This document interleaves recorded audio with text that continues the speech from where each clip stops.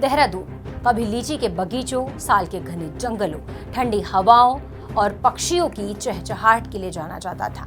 लेकिन आज वही देहरादून धूल, ट्रैफिक, गर्मी और लगातार कटते जंगलों की खबरों में है। लेकिन क्या आपको पता है, पिछले 25 साल में देहरादून ने विकास की बहुत बड़ी कीमत चुकाई है। विकास के नाम पर हम अपने भविष्य की नींव खोखली करते रहे हैं। नमस्कार, मैं हूं सपना पांडे और आप देख रहे हैं देवभूमि डायलॉग। पिछले 25 सालों में उत्तराखंड में विकास योजना के नाम पर 46,000 हेक्टेयर या औसतन हर दिन लगभग 5 हेक्टेयर से ज्यादा वन भूमि को हस्तांतरित किया गया है। अगर इसे आसान भाषा में समझें तो जंगल की जमीन पर सड़क, पुल जैसे कामों के लिए अनुमति दी गई। सबसे चौंकाने वाली बात यह है कि पूरे उत्तराखंड में जितनी वन भूमि विकास के नाम पर ली गई, उसका 47% हिस्सा अकेले देहरादून जिले का है।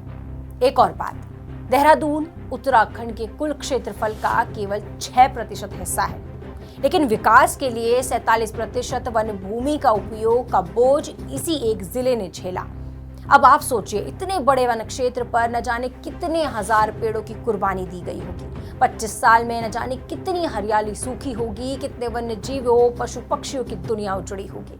और ये आंकड़े किसी अफवाह का हिस्सा नहीं है, बल्कि सोशल एक्टिविस्ट अनूप नौटियाल द्वारा सूचना के अधिकार यानी RTI से प्राप्त जानकारी पर आधारित है। विडंबना देखिए, यही दून घाटी 1980 के दशक में चूना पत्थर की खनन से बुरी तरीके से बर्बाद हुई थी। हालात इतने खराब हो गए थे कि 1989 में दून घाटी को देश का पहला इको सेंसिटिव जोन घोषित करना पड़ा। लेकिन आज 3 दशक बाद इतिहास फिर खुद को दोहरा रहा है। फर्क बस इतना है कि पहले पहाड़ खनन से टूट रहे थे, आज विकास के नाम पर जंगल कट रहे हैं। सड़कें बननी चाहिए, अस्पताल बनने चाहिए, स्कूल, रेलवे और दूसरी सुविधाएं भी जरूरी है। कोई भी विकास का विरोध नहीं करता, लेकिन सवाल यह है कि क्या विकास का मतलब सिर्फ पेड़ काटना ही रह गया है? क्या हर नई परियोजना की कीमत जंगल ही चुकाएंगे? क्या हर सड़क के बदले हजारों पेड़ों की बलि देना ही एकमात्र रास्ता है?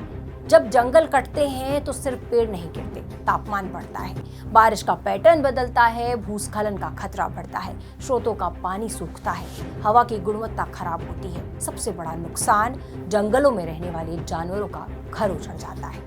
और आज देहरादून ये सब कुछ झेल रहा है। पिछले कुछ सालों में ही मोहन के जंगलों में आग चली, किमाड़ी में सैकड़ों पेड़ों की बलि देने की तैयारी है, शहजादा रोड की हरियाली गुम हो चुकी है और अब 7 मोड़ के जंगल धराशायी हो रहे हैं। विकास की बीमारी की आखिर कितनी कीमत चुकाएंगे हम?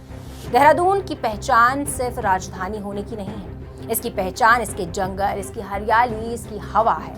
अगर यही पहचान खत्म हो गई तो आने वाली पीढ़ियां सिर्फ तस्वीरों में हरा भरा देहरादून देखेंगी। आज जरूरत विकास रोकने की नहीं, बल्कि संतुलित विकास की है।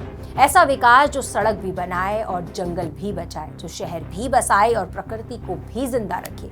क्योंकि अगर विकास के नाम पर पेड़ों की बलि चढ़ती रही तो क्या हम सिर्फ जंगल खोएंगे या अपना मौसम, अपनी नदियां, अपनी हवा, अपने वन्य जीव और आखिर में अपना भविष्य भी? आपकी नजर में विकास और पर्यावरण के बीच सही संतुलन क्या होना चाहिए? अपनी राय कमेंट बॉक्स पर हमें जरूर बताइएगा।